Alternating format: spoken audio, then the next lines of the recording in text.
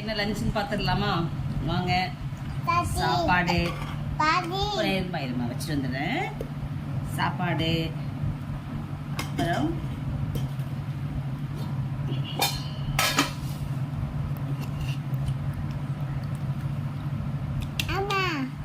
மீன் குழம்பு. ஓகேங்களா? மீன் தலையெல்லாம் போட்டு மாங்காய் போட்டு குழம்பு வச்சுருக்கோம்.